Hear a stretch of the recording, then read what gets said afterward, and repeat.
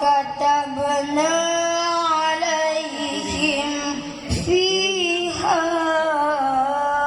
أن النفس بالنفس والعين بالعين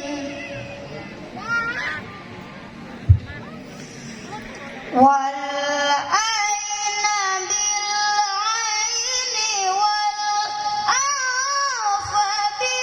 بالأنف والأذن بالأذن والسن بالسن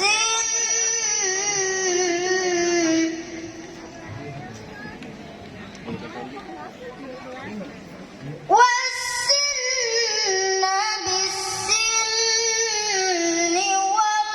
والجروح قصاص